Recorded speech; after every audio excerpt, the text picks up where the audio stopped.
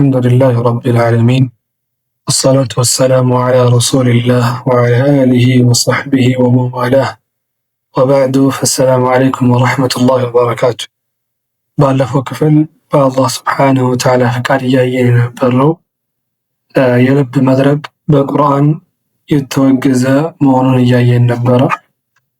አላህ ስብሓንሁ ወተዓላ በተለያዩ ቦታዎች ላይ ይህንን በሽታ አጸያፊ ስለመሆኑ አይተናል። ከዛም አለፍ ብሎ ትላልቅ ታቢዒዎች በዚህ ዙሪያ ላይ ምን አይነት መልስ እንደነበራቸውም ለማየት ሞክረናል።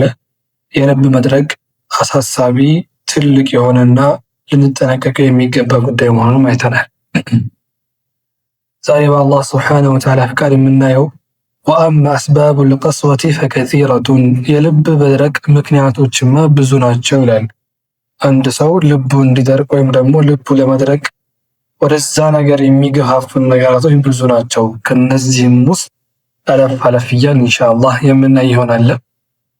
ሚንሃ አንደኛው ወይም ደግሞ ከነዚህ ውስጥ ከስረቱል ከላሚ ቢገይሪ ዚክሪላህ ወሬ ማብዛት ወይም ደግሞ ንግግርን ማብዛት ነው። ቢገይሪ ዚክሪላህ አላህን ከማውሳት ውጭ። ለዛን አላህ ስብሓነሁ ወተዓላ አላ ቢዚክሪላህ ተጥመኢኑል ቁሉብ አላህን በማውሳት ልቦች ይረጋጋሉ፣ ሰላምንም ያገኛሉ ነው። አንድ ሰው ደግሞ ወሬ የሚያበዛ ከሆነ ብዙ ወሬዎችን የሚያበዛ ንግግር የሚያበዛ ከሆነ ለልብ ድርቀት መንስኤ ይሆነዋል ማለት ነው። ከማ ፊ ሐዲስ ኢብኑ ዑመር አሳቢቅ ባለፈው እንዳየነው ኢብኑ ዑመር አብደላህ ኢብኑ ዑመር እንደዘገቡት ከስረቱል ከላሚ ቢገይሪ ዚክሪላህ ቀስወቱል ቀልብ የሚለው ማለት ነው። ከአላህ ስብሓነሁ ወተዓላ ከማውሳት ውጭ ብዙ ወሬዎችን ማብዛት ለልብ ድርቀት መንስኤ ወይም ደግሞ ምክንያት ይሆናል የሚለው ሐዲስ ያየነው ማለት ነው። ወሚንሃ ከዚህም ውስጥ አሁንም ከምናየው ውስጥ ነቅዱል ዐህዲ መዐላህ ተዓላ ከአላህ ጋር ያለንን ቃል ማፍረስ። እሱም ደግሞ የአላህን በብቸኝነት ማምለክና እሱ ያዘዘንን ነገር መታዘዝ ነው። ያንን ቃል በምናፈርስበት ጊዜ የዚህ ልብ መድረቅ የሚባለው መንስኤ ይሆናል ማለት ነው። ቃለ ተዓላ ከፍ ያለው ጌታ አላህ ስብሓነሁ ወተዓላ ብሏል፣ ፈቢማ ነቅድሂም ሚሳቀሁም ለዐናሁም ወጀዐልና ቁሉበሁም ቃሲያ። ከአላህ ጋር ያላቸውን ቃል ኪዳናቸውን በማፍረሳቸው ምክንያት ለዐናሁም ረገምናቸው ይላል አላህ ስብሓነሁ ወተዓላ። ወጀዐልና ቁሉበሁም ልቦቻቸውን ደግሞ አደረግን ቃሲየተን የደረቀች አደረግናት አላሁ ስብሓነሁ ወተዓላ። ኢብኑ ዓቂል የውመን ፊ ዋዕዚሂ ኢብኑ ዓቂል የሚባል ትልቅ ሰው ምን ይላሉ? አንድ ቀን እየመከሩ ባሉበት ወቅት ያ መን የዚዱ ሚን ቀልቢሂ ቀስወተን አሉ፣ አንተ በልብህ ውስጥ ድርቀትን የምታገኝ ሰው ሆይ፣ የልብ መድረቅ ያጋጠመህ ሰው ሆይ ይላሉ።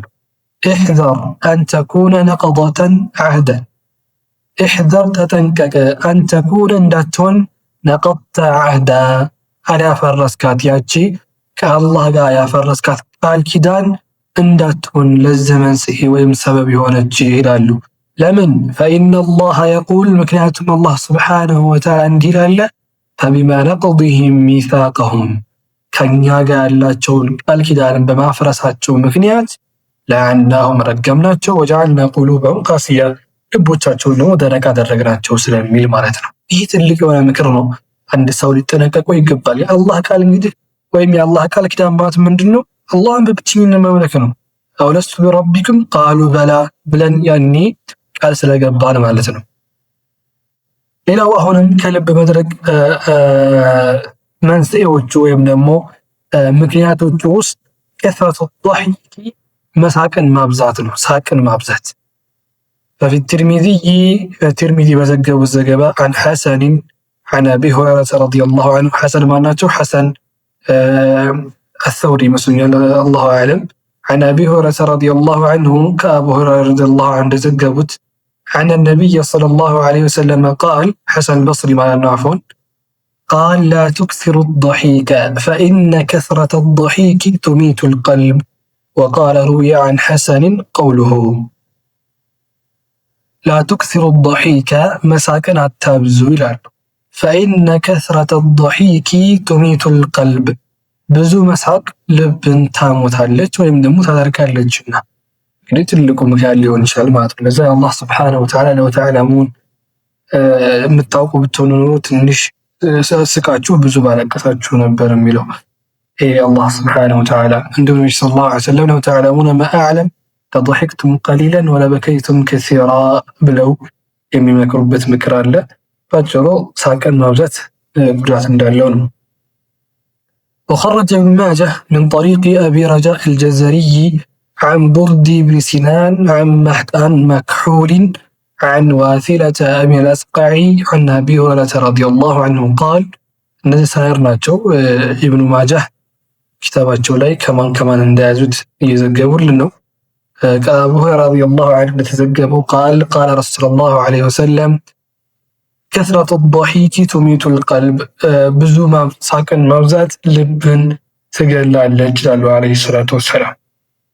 ومن طريق إبراهيم ابن عبد الله ابن حنين عن أبي هريرة رضي الله عنه عن النبي صلى الله عليه وسلم بمثله ينقل دم بلا زقبانه إن النبي مثل حديث زقبان ما ندر. ومنها أولا كزدي وسط لبن كم يدرك نجرات وسط كثرة الأكل بزون مبلات ولا سيما بتلعلم إن كان من الشبهات أو الحرام. شبهات مالت الترطاري نجر مالت أو الحرامي ويمدم يتكلكل النجر خمر متتات ريبا مبلات ሌሎችም ነገራቶች ከሆኑ እነዚህ ነገራቶች ልብን ለማድረግ ትልቅ መፍት መንስኤ ናቸው ወይም ደግሞ ካህናት። እንደሚታወቀው ሐዲስ እንደመጣው እኮ የሚበላው ምግብ ሐራም መጣዕሙ ሐራም ወልበሱ ሐራም وغوذي بالحرام يقول يا رب يا رب يا رب فأنا يستجاب له النبي عليه الصلاة والسلام የሚበላው ሐራም የሚጠጣው ሐራም ነው የለበሰው ሐራም ነው ሰውየው የተገነባውን በሐራም ነው የዚህ ሰውዬ ዱዓ እንዴት ተቀባይነት ያገኛል ይላሉ ነቢያችን አለይሂ ሰላቱ ወሰላም። ኸይር ስለዚህ የምንበላው ምግብ ከሹብሃት ከአጠራጣሪ ነገራቶችና ከሐራም የራቀ መሆን አለበት ማለት ነው። መርሐባ። በመቀጠል ምን ይላሉ? ቃለ ቢሽር ብኑ ልሓሪስ ኸስለታኒ ቱቀሲያኒ ልቁሉብ ይላሉ። ሁለት ባህሪያቶች ሁለት ነገራቶች ልብን ያደርቃሉ ይላሉ። ከስረቱል ከላሚ ብዙ ማውራት፣ ወከስረቱል አክሊ እንዲሁም ደግሞ ብዙ መመገብ ወይም ደግሞ ብዙ መብላት። እነዚህ ሁለት ነገራቶች ልብን ያደርቃሉ ይላሉ። ذكره ابن عين وذكر المروزي في كتاب الورع كتاب الورع የሚባል ክታባቸው ላይ ዘግቦታል ይሄንን ንግግር። قال انا قلت لابي عبد الله لابي عبد الله الكتني ይላል ማ المروزي ማለት يعني أحمد بن حنبل أبو عبد الله باوت أحمد بن حنبل لا جوت لك عالم إمام أهل السنة ينبروت مالتنا يعني منالو تلالو يزيد الرجل من قلبه رقة وهو شبيع قال ما أراه يجد الرجل عن مساقن يالله من قلبه بل رقة لسلاسي ره النتم مالتنا وهو شبيع سدم يتقبه هنا سالة በጣም በልቶ ሳለ አላቸው ቃለ ማራ ይሄን እንኳን አላየም አይመስለኝም አሉ። ይሄ የሚያሳየው ምንድነው? ብዙ መብላት ብዙ ወሬ ማውራት ለራሱ ልብን እንደሚያደርቅ ነው። ለهذا النبي صلى الله عليه وسلم قال من كان يؤمن بالله واليوم الآخر فليقل خيرا أو ليصمت ስላሉ ማለት ነው።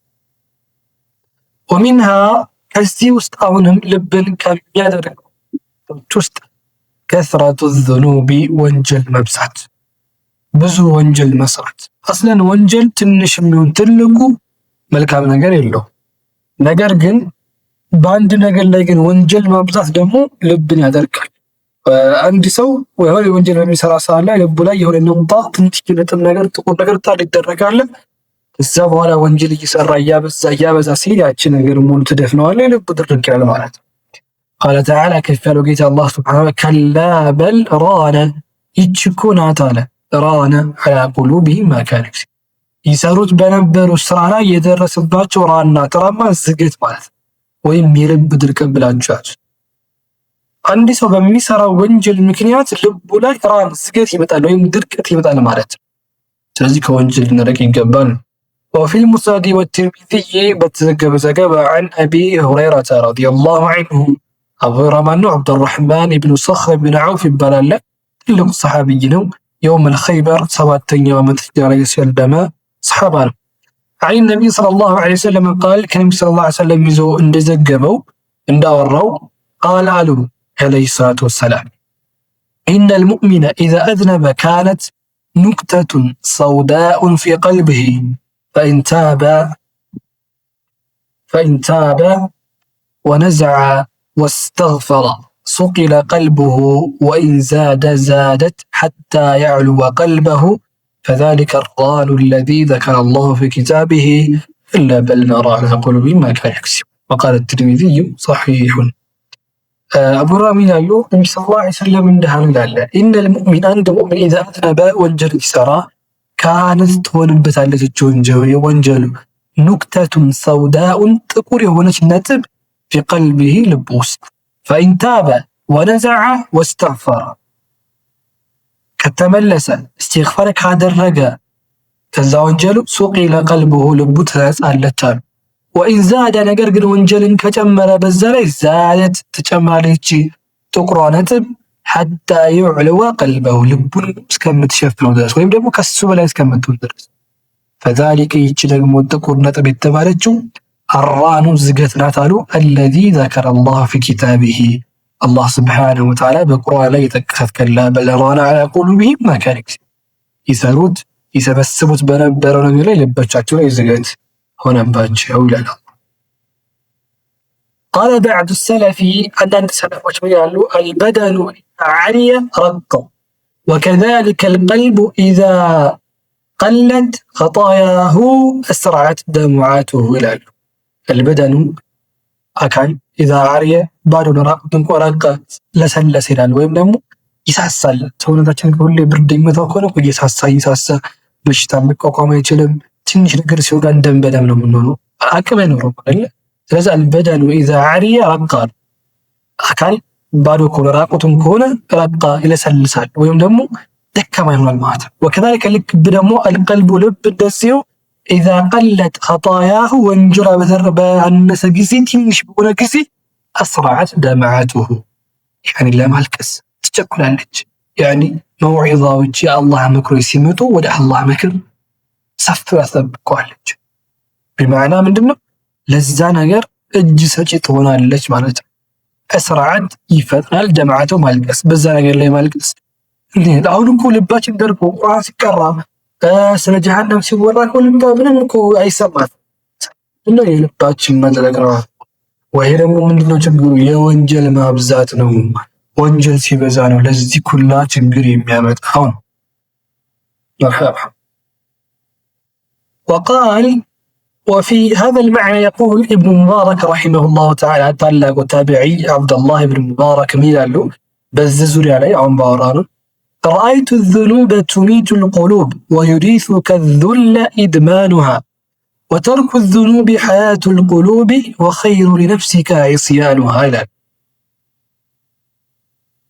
إيه تعلق على الميلالو رأيت الذنوب تميت القلوب رأيت تملكتكم أيهن الذنوب وانجل تميت القلوب لبن اندمت كدري أيو تملكت ذلك ويريث الذل إدمانها الصندق ما ذوتر ويريث الذل إدمانها بمعنى وانجل ثم يريث يا ورث من الذل وردته كل وانجل لا يونس يونس على ورده سبحان الله يونجل أسكفنا بزدك. وترك الذنوب حياة القلوب وترك الذنوب وانجل دق مراك النامته حياة الذنوب حياة القلوب يلب هوتنا وعلو يلب هوتنا. وخير لنفسك عصيانها لنفس البلاج نقر دقمو الصان نفسهن على ما تعززنا ولا وخير الملكان لنفسك لنفس دم وعصيانها صام مصنوب بتقارن من دم على من تازم نفسية ولا مكفونة قد سما أعوذ بالله نسلب نفسياتنا قد محو من قال ليست مرة من نسلب. ولهذا صدق رحمه الله تعالى رأيت الذنوب تميت القلوب ويورث الذل إدمانها وترك الذنوب حياة القلوب وخير لنفسك عصيانها إلى اليوم. ይህ እንግዲህ እነዚህ ያየናቸው አሁን እስካሁን ድረስ የልብ ድርቀት መንስኤ ወይም ደግሞ ምክንያቶች ናቸው። አንድ ሰው ይህ ነገር ላይ አሁን የዘረዘርናቸው ነገራት ላይ ባጭሩ ሲያዘወትር በእነሱ ላይ ሲገኝ ልቡ አስቦ ያጋጥመዋል፣ ድርጊት ያጋጥመዋል። ለዚህ ወደ አላህ ሱብሓነሁ ወተዓላ ልንመለስ፣ ከወንጀል ልንርቅ፣ ከወሬ ካሉባልታ ከማይጠቅመን ነገር ራቅ ልንል ይገባል። ነብዩ ሰለላሁ ዐለይሂ ወሰለም ከስረቱል ከላም ላይ ቅድም ታውቂ ነው መን ካነ ዩእሚኑ ቢላሂ ወልየውሚል አኺር ፈሊየቁል ኸይረን አው ሊየስሙት፣ ዝም ይበል ወይ መልካም ነገር ይናገር። ከዛ ነብዩ ሰለላሁ ዐለይሂ ወሰለም ንግግር ሲበዛ ወደ መጥፎ ነገር ነው። እነሁማ ለው ዩዐዘባኒ ወማ ዩዐዘባኒ ፊል ከቢር አማ አሐዱሁማ ፈካነ የምሺ ቢነሚማ ያሉት ሰውዬም አለ። ወሬ ስለሚያበዛ ነው። ከዛ ጋር አንድ ወሬ ያመጣል፣ እዚህ ጋር የሚቀጣው ግን በትንሽ ነገር ነው አሉ። ዝም ማለት እንችላለን፣ ከመጥፎ ነገር መከልከል እንችላለን፣ መከልከልም አለብን። አላህ ሱብሓነሁ ወተዓላ በሰማነው የምንጠቀም ያድርገን። እኔም በተናገርኩት እናንተም ባዳመጣችሁት የምንጠቀም ያድርገን። ጀዛኩሙላሁ ኸይረን። ወሰላሙ ዐለይኩም ወረሕመቱላሂ ወበረካቱህ።